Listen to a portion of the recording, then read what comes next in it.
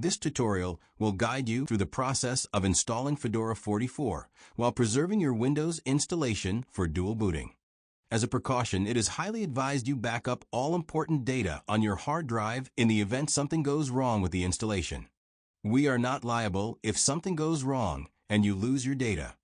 Once Fedora Live starts, click Install to Hard Drive. Set your language and keyboard if needed, then click Next. If you have multiple hard drives, you can select a different one than your Windows drive. For this tutorial, we will assume you have a single drive. If you don't plan on using Windows and want only Fedora installed, simply choose Use Entire Disk. But as this tutorial is for dual booting, let's leave it on shared disk with other operating systems.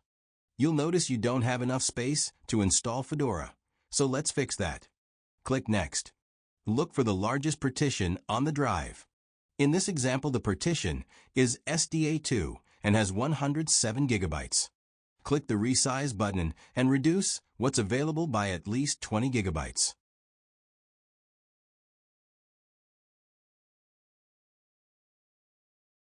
Click Resize and then reclaim space. If you want to encrypt the drive, similar to BitLocker, check Encrypt My Data and enter a password. We will ignore it for this tutorial. Confirm the changes that will be made and check I understand that some partitions will be modified. Fedora will now resize your hard drive and then install the software. We'll speed up the video for this portion.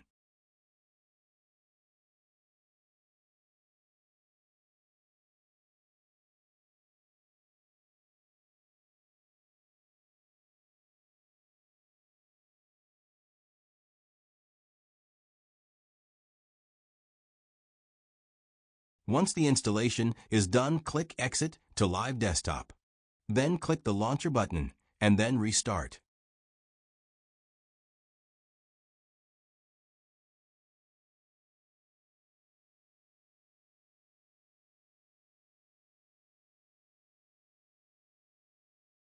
You might notice several options on the boot menu. Fedora always preserves a previous version of itself in case there is an issue with an update, as well as a rescue version. You will also see your Windows installation in the list.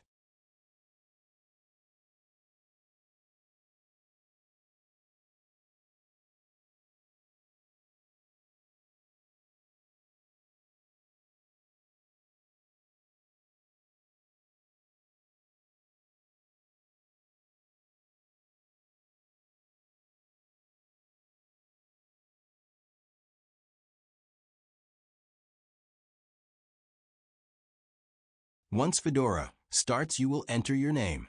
A username will automatically be created, but feel free to change it if you want. Enter a password, then click Next.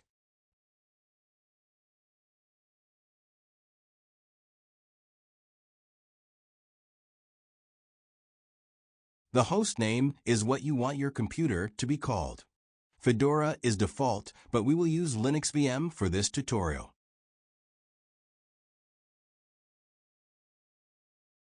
Now choose your time zone and click Next.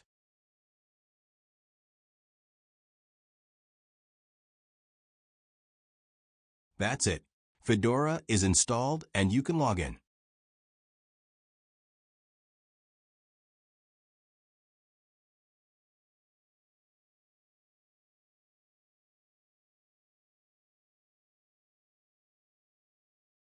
If you want to boot into Windows, simply restart your computer, and from the boot menu choose your Windows installation.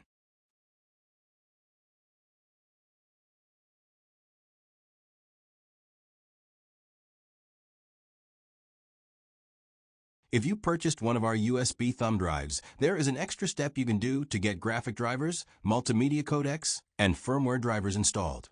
Make sure you have the USB drive plugged in, and then click the USB drive icon in the lower right. Click Mount and Open.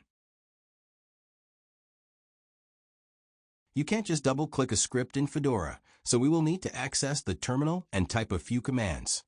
Right-click anywhere in the window, click Actions, and then open Terminal here.